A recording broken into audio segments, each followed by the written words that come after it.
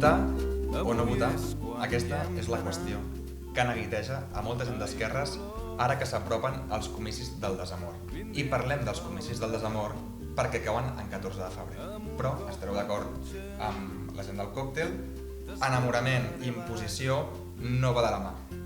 Les opcions són una mica limitadetes aquest any, però el que no podem fer és deixar el discurs a mans de friquis. No els friquis que van al sol al manga, la gent que es disfressa de Sailor Moon i per entrar gratis ens agrada.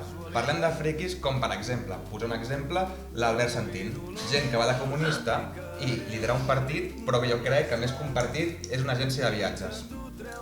És molt cansat. Entenem que és molt cansat i és molt cansat votar un cop cada 4 anys, és molt cansat. Però fa molta mandra també el rotllo filòsof Merlí de no votar, arribar al bar i començar a parlar de conspiracions, que si la Malala estava a la CIA, els dinosaures van aconseguir quan ho van ajudar a muntar les piràmides o la Terra és plana. Això s'ha d'acabar. Per tant, nosaltres us proposem que vingueu a la nostra barca, perquè aquesta vegada hem comprat flors a Flores Navarro, moltes violetes a desdir, i hem contractat un parell de DJs, de PDs, perquè posin música a tope i puguem fer bastantes danses vegetals. I com sempre, el més important, el còctel, comida de casa.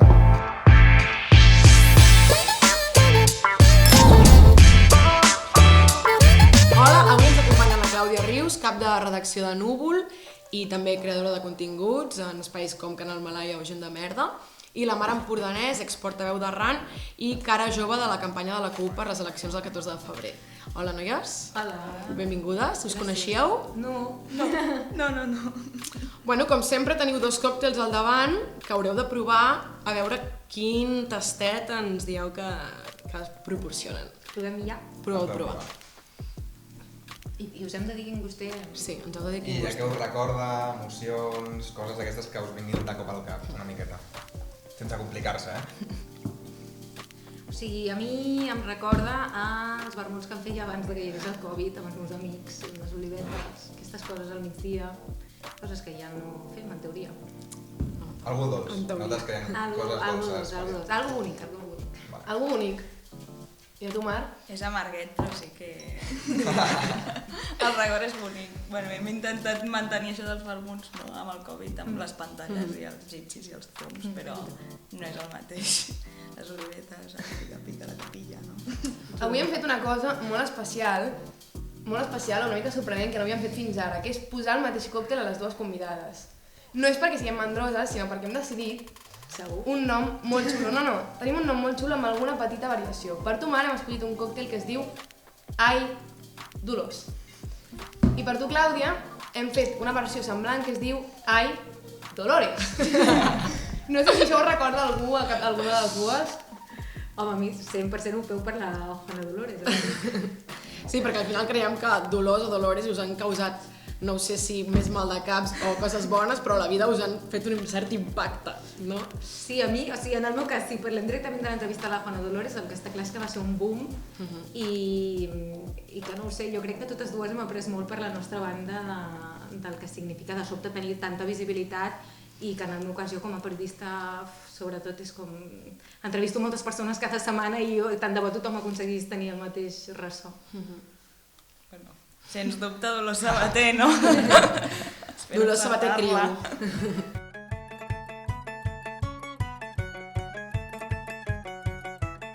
Al capdamunt de la vella riera de Matamargó hi ha un indret... Bueno, benvingudes a la secció del Gabinet de Crisi. Com sempre, comentem els temes d'emergència de la setmana i del moment, en general. No patiu, que no parlarem del tema del Reddit i Wall Street. Perquè no en tinc ni puta idea. Sí. Bueno, ara sembla que tothom s'ha fet una carrera d'economia i finances escoltant un vídeo de YouTube d'un fricazo del moment, però això ho deixarem per les xerrameques de diumenge per impressionar la iaia. A mi em fa gràcia que ara sembla que et puguis mirar un vídeo ràpid i ja tindràs el rotllo. I molt la gent que t'ho explica, no, o sigui, això és molt fàcil, jo t'ho explico, jo ho he entès, sí. Que és el que m'heu fet vosaltres a mi, que jo no en tenia ni idea. Ja, quins hipòcrites de Sí, fer. Vale. la inversió en corsa, Què és que això? puja i baixa la corba... No, jo t'ho explico molt ràpid, vale, d'acord. Vale, llavors, el que volem parlar nosaltres és sobretot una cosa que vam trobar al fax que havies dit tu, Clàudia, sobre la sentència, que era que els joves d'Urquinaona no eren uns idealistes. Llavors, el que enteníem nosaltres és que assumien, o sigui, teníem una part de lluita, però realment assumien uns riscos de forma conscient. I ara ens preguntàvem nosaltres, en un moment de pandèmia en què els joves estem molt limitats, que ho hem dit 50.000 vegades, els joves seguim lluitant, seguim assumint riscos? És per mi, oi, aquesta pregunta? O sigui, jo crec que quan vaig dir el tema de que els joves no eren idealistes en tot el context d'Urquinaona, ho vaig dir perquè realment no crec que la gent anés allà gratuïtament, sinó que tothom era molt conscient del seu entorn, tothom era molt conscient i tothom ho és, de que doncs, hi ha gent a la presó per pensar com pensa. Llavors, crec que d'alguna forma fer tan palpable el que era la repressió ideològica també feia que es fes molt palpable doncs, tot el pes del sistema en moltíssimes altres qüestions socials, el que sigui. Llavors crec que per això vaig dir aquesta frase. I avui en dia, és que fa una eternitat, però clar, no fa tant, no sé quan vaig anar al fax.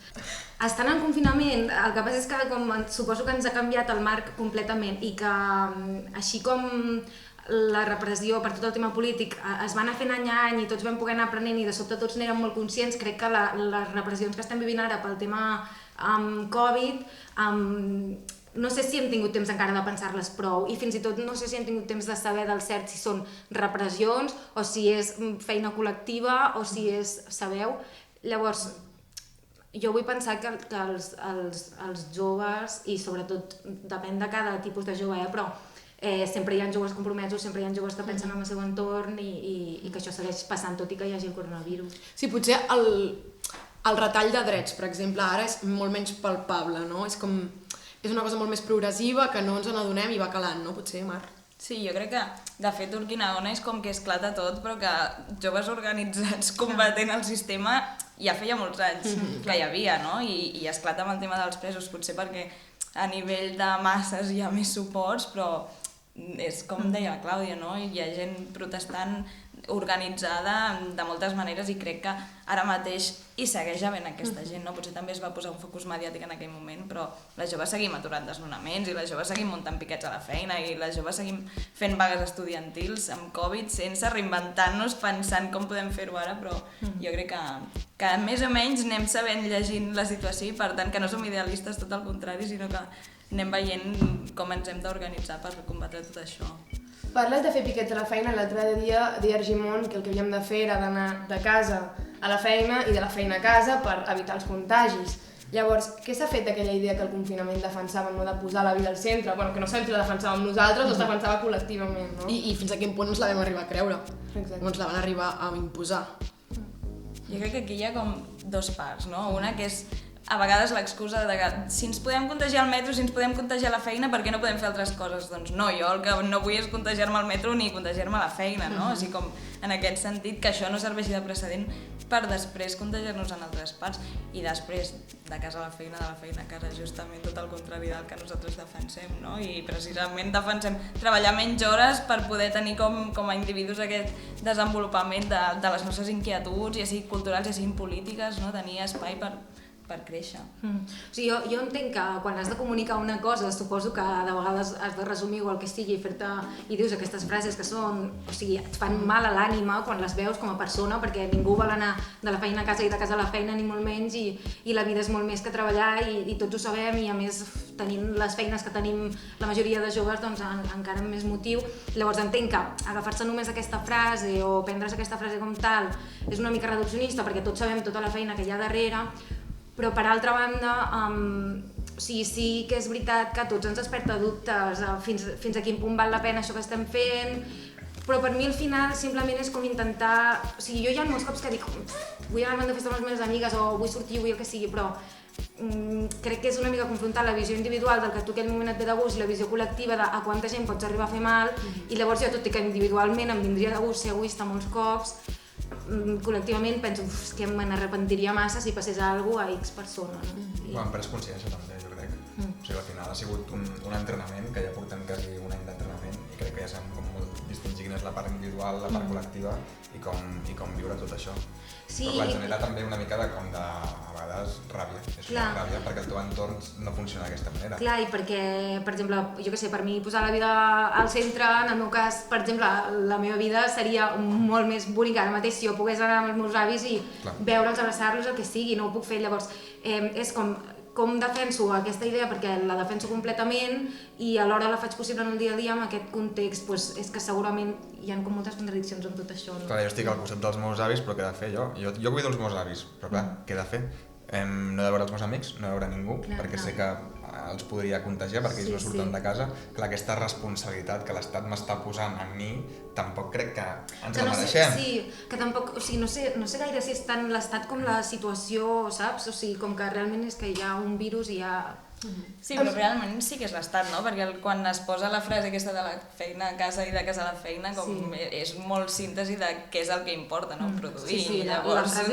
Sí, la frase és totalment com la idea que tenim o que té l'Estat de com hem de viure, però el tema dels avis i com amics i tal, és que, vull dir, saps, és que és una merda. Perquè... A mi sí que em fa pensar a nivell comunicatiu, no? Si tu, Clàudia, que ets periodista, i tu, Marc, potser que treballes més en la línia política, sí que em fa pensar una mica que els discursos molts cops, quan sintetitzem a nivell de comunicació, molts cops sí que últimament els mitjans estan traspuant una mica el que realment sí que ens imposen, no? Que és això, ostres, és un error polític, hem sintetitzat, potser això, però realment sí que hi ha un missatge molt clar que a mi em dona la sensació que m'ha passat molt durant aquesta pandèmia, que és això de hi ha moltes coses que volem fer, volem preservar la salut, molt relat de sensacions i sentiments dels avis, però alhora sí que sento que constantment fem de la feina a casa, de casa a la feina, i que a nivell de comunicació potser s'hauria de parlar d'una altra manera, sobretot com a gent jove que ens apel·la molt poc la majoria de partits, jo crec. Jo crec que també hem de demanar com responsabilitat a tothom que fa aquests discursos, no? Perquè al final veiem com que diferents opcions polítiques, tothom diu que la salut és important, tothom diu que s'ha d'invertir més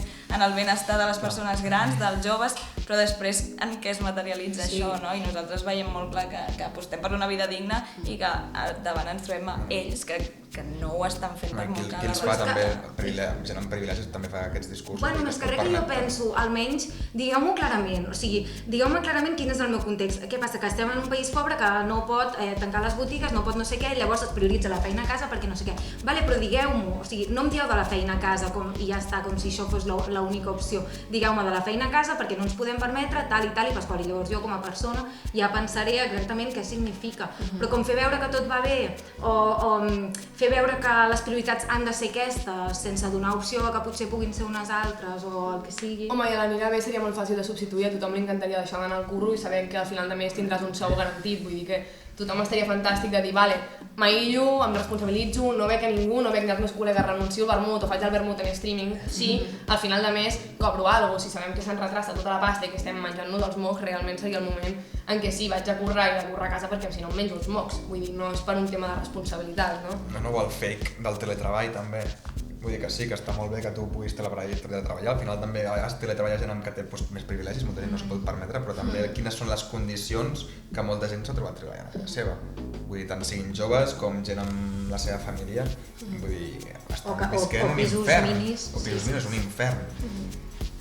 I clar, i de veritat surt el Digimon aquest, dient que sí, de currar a casa i de casa a currar al dia. Com es diu, no sé, el Jordi, com es diu, de nom? Realment la frase. Digimon, sí. Doctor Simón.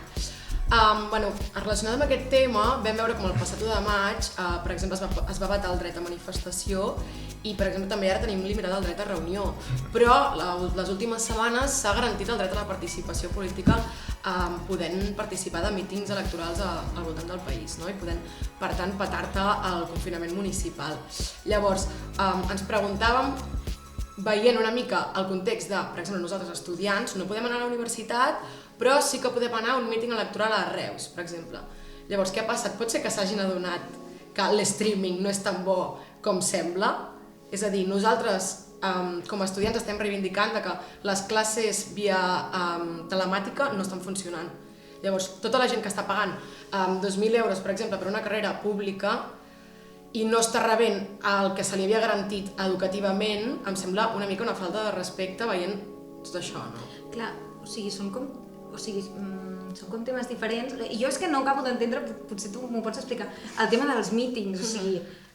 Clar, jo crec que aquí, nosaltres evidentment que hem de defensar el dret a la participació política, però és que no ha de passar per anar a un míting. Per nosaltres el dret a participar políticament ha de ser poder anar a aturar un desnonament o ha de ser poder anar a fer l'assemblea de la teva organització perquè la pandèmia no aturi com tota la feina política que estàs fent, no? Llavors, quasi que hauria de ser anecdòtic aquest tema dels mítings, en un sentit de, com a CUP, per exemple, ja hem dit que no farem actes presencials, no? I que els farem en streaming per garantir la seguretat, però que no focalitzem aquí, no? Sinó que focalitzem en com el dret a la participació es materialitza realment. Clar, jo és que em sembla una absurditat això dels mítings i alhora, bueno, sincerament, és que jo no tindria gaires al·licions per anar a un míting, però no entenc si és que si fa alguna cosa que realment requereixi presencialitat, perquè si és molt important anar a un míting per fer contactes o alguna no sé què, vale, però si no, anar a un míting que és anar a escoltar les propostes que et fa un polític es pot fer perfectament des de casa i llavors aquí segurament hi entrem en un problema que és més general, que és el fet de tenir un país amb una cultura zero digital, zero adaptada al món digital,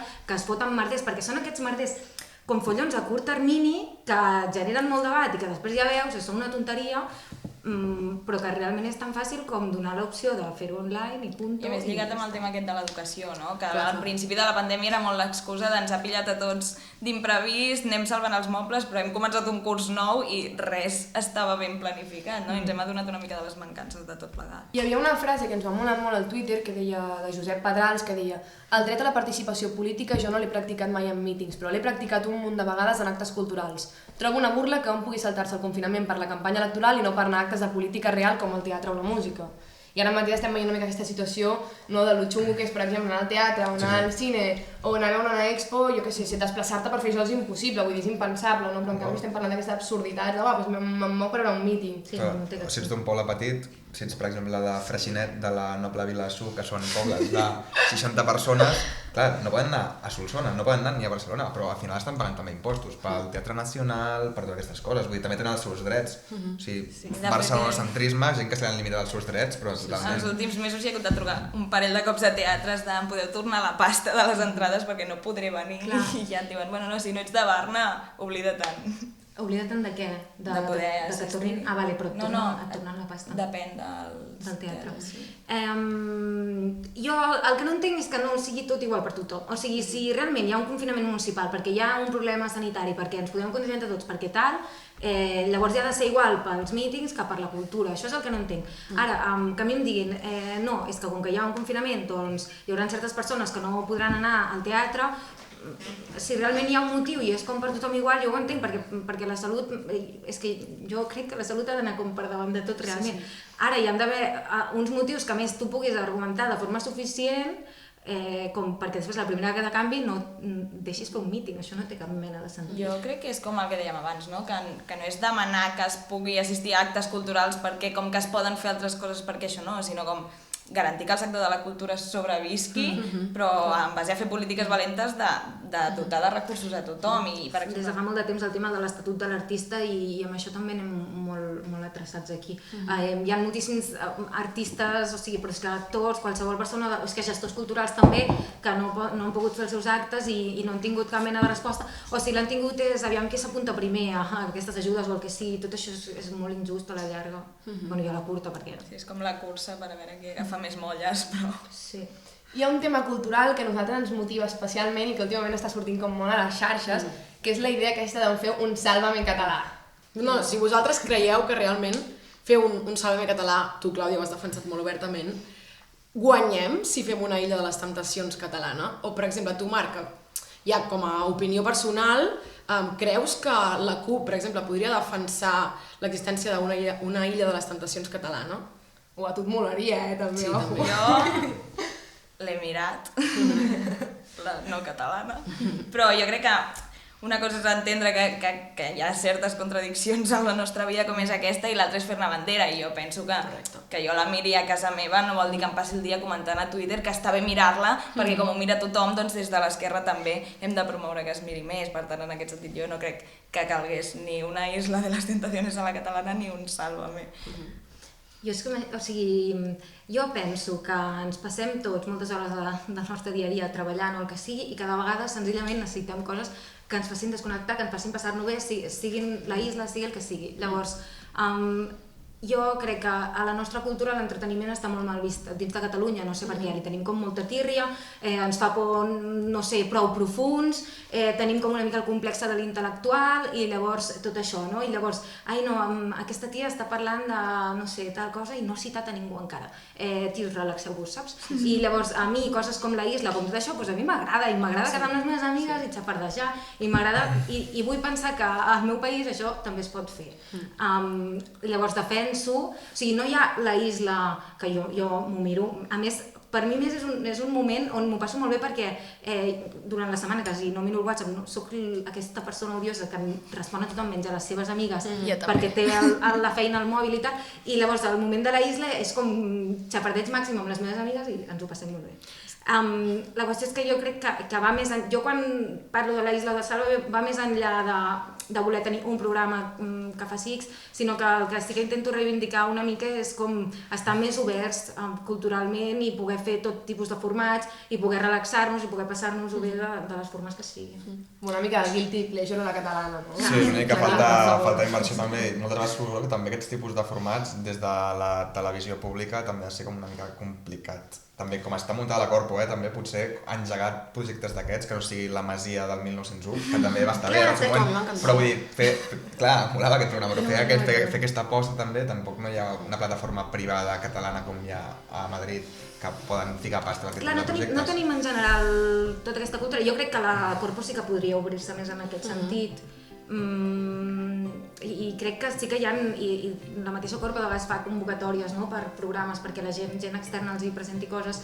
no sé, crec que es podria intentar i crec que de fet nosaltres mateixos com a les persones que creen formats tampoc ho veuen gaire possible a Catalunya perquè al final tot acaba fent referència a això, a la Masia i tal, no sé què.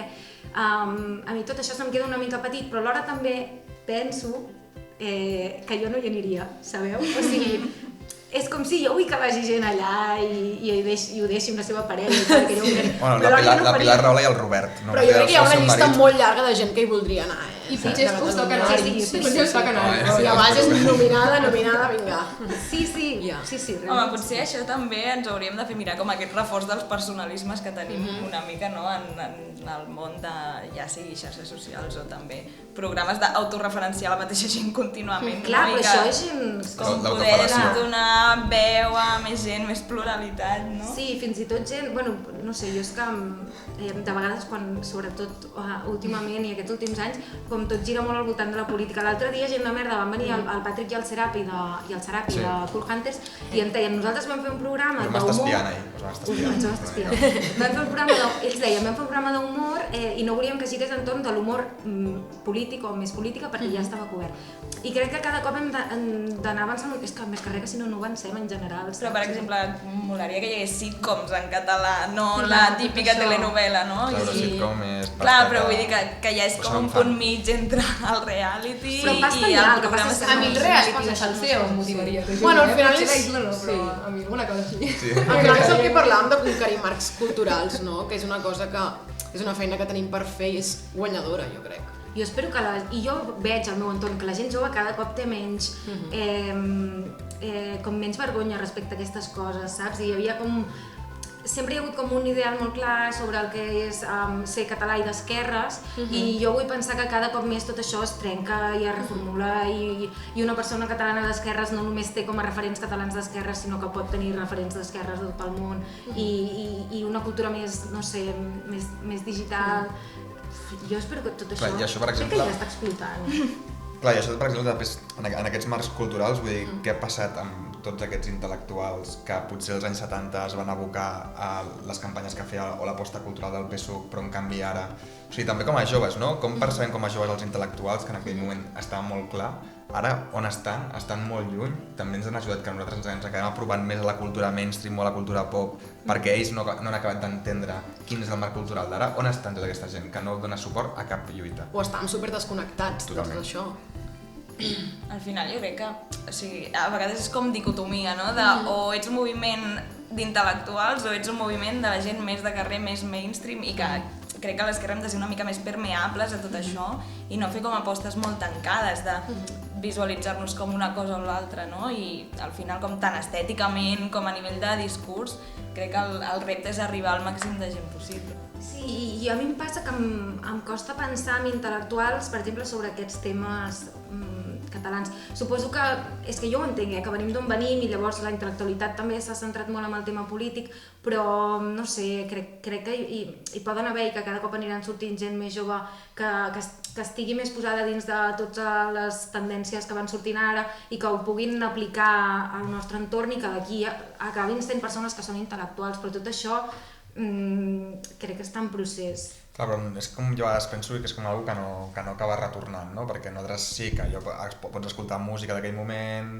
tens referències culturals d'aquell moment, però en canvi tota aquesta gent, tots els nous marcs culturals que es plantegen ara és que ni els interessa, perquè ho veuen com algo mainstream, ho veuen com algo pop, com algo vengut al capitalisme, quan realment no és així, al contrari, potser ens hauríem de reapropiar també de tot. Clar, però crec que tot això que estàs dient tu és una visió molt jove, i a mi m'encanta tot això, i crec que és una visió que està passant més últimament, saps, de com reapropiar, però també tota l'estètica de l'esquerra en general. Per exemple, a l'esquerra, perquè quan es fa un tuit, la CUP fa un tuit amb una lletra del Zetangana, hi ha una crítica, no? O sigui, també és una mica la visió que es té externa de tot aquest mundillo més mainstream que no es pot relacionar potser amb una aposta política d'esquerres.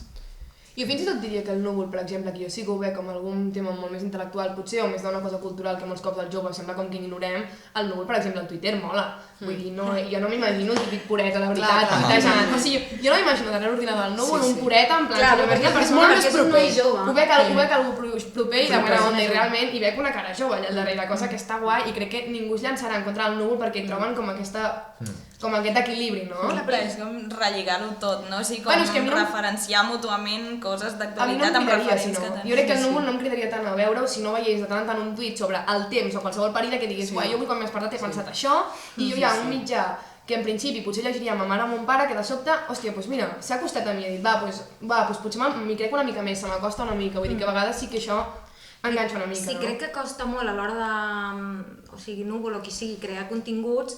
O sigui, normalment tots funcionem per imitació, no? Doncs allò que coneixem ho volem repetir, doncs el periodisme cultural català, és que jo què sé, o com les entrevistes de la Montserrat Roig o qui sigui, que d'una manera o altra els que ens dediquem a això ens hem llegit i ho adorem, i llavors d'alguna forma tu et penses que és allò que vols fer i que ho vols imitar, i el que costa és una mica trencar, com mantenir el respecte amb tot el que suposa tot el teu llegat històric de com tu penses, etc.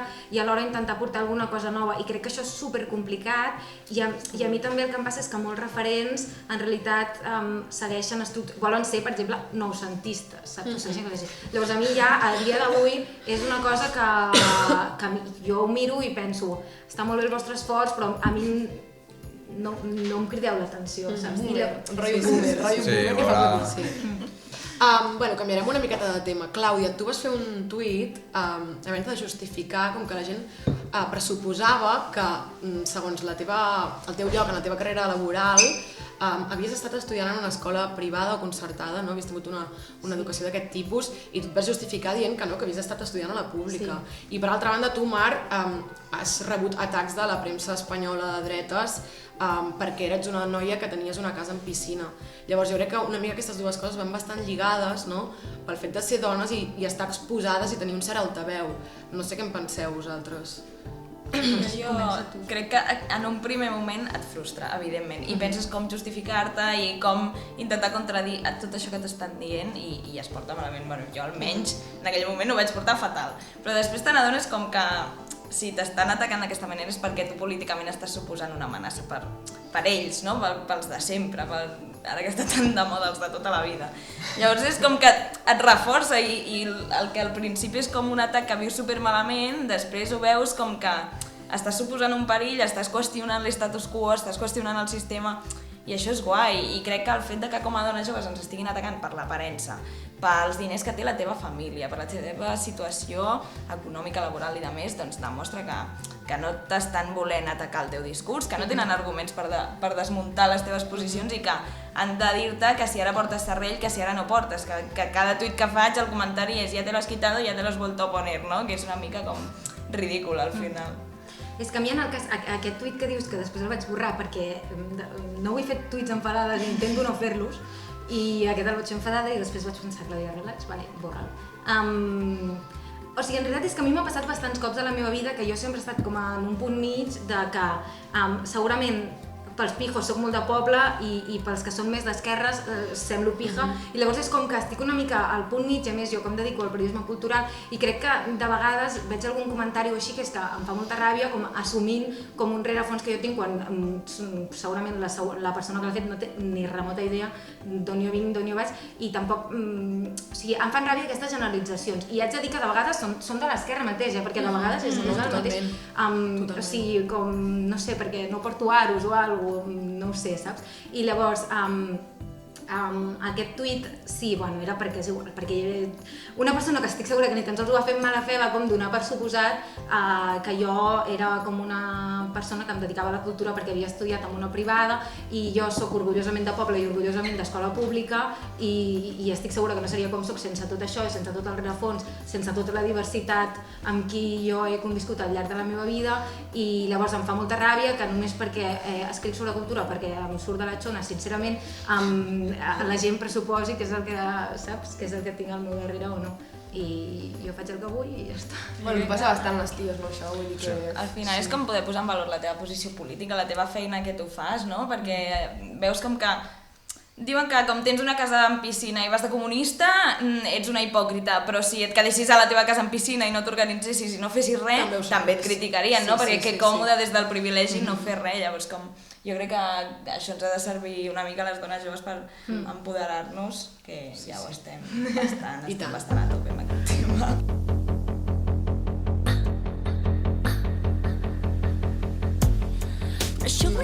Entrem a la part final del programa amb el nostre estimat confessionari.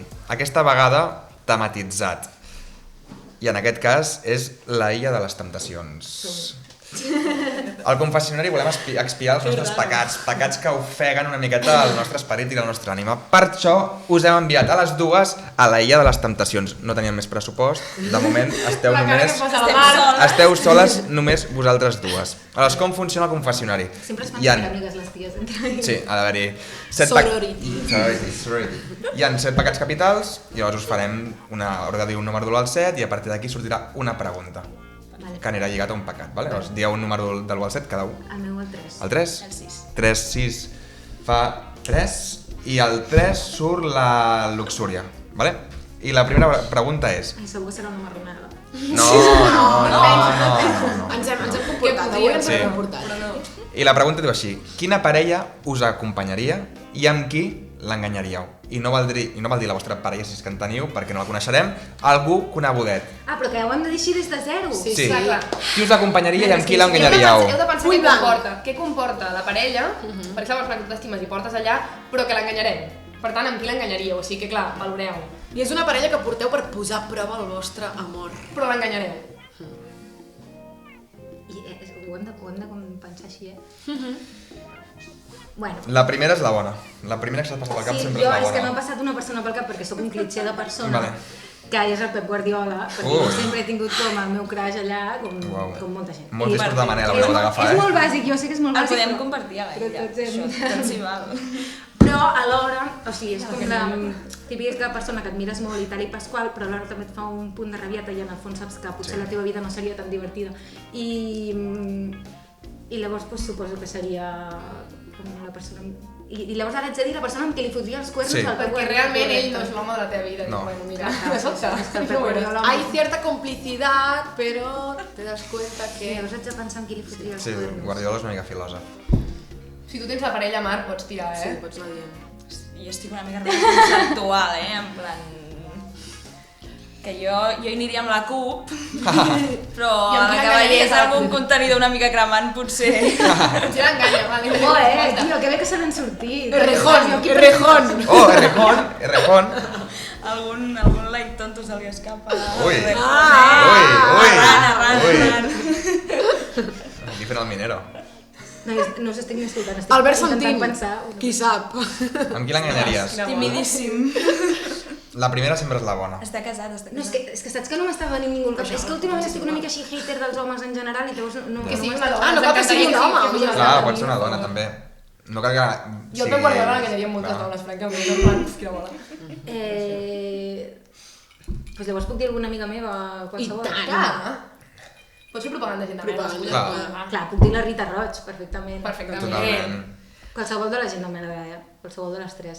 Uau, a més, Serien perfectes. faria llàstima també el Guardiola com tornant cap a casa seva amb una cançó de Manel, segur. És que, sí. Dona estrangera. A més, és allò d'algú que t'ha donat unes molt bones èpoques Sí. i llavors després tampoc no confies que pugui fer res més a la vida. És totalment I el m'imagino prototip de...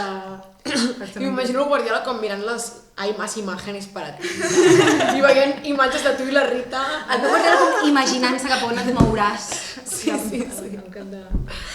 Podeu dir un altre número, si voleu? Jo si m'heu de liar així no dic cap més número, tu. Vale, no passa res. Va, som-hi, no. Tenim la 1. Uau, quin hate. No passa res, tenim la 1, ja tenim sí. preparat, no tenim ofesos. Tenim una visita especial a la vostra illa precària, en la que esteu soles i avorrides. Vale. De cop, arriba el Joel Joan per promocionar l'escape room que us farà cada dia al llarg del programa. Cada dia l'escape room del Joel Joan sol.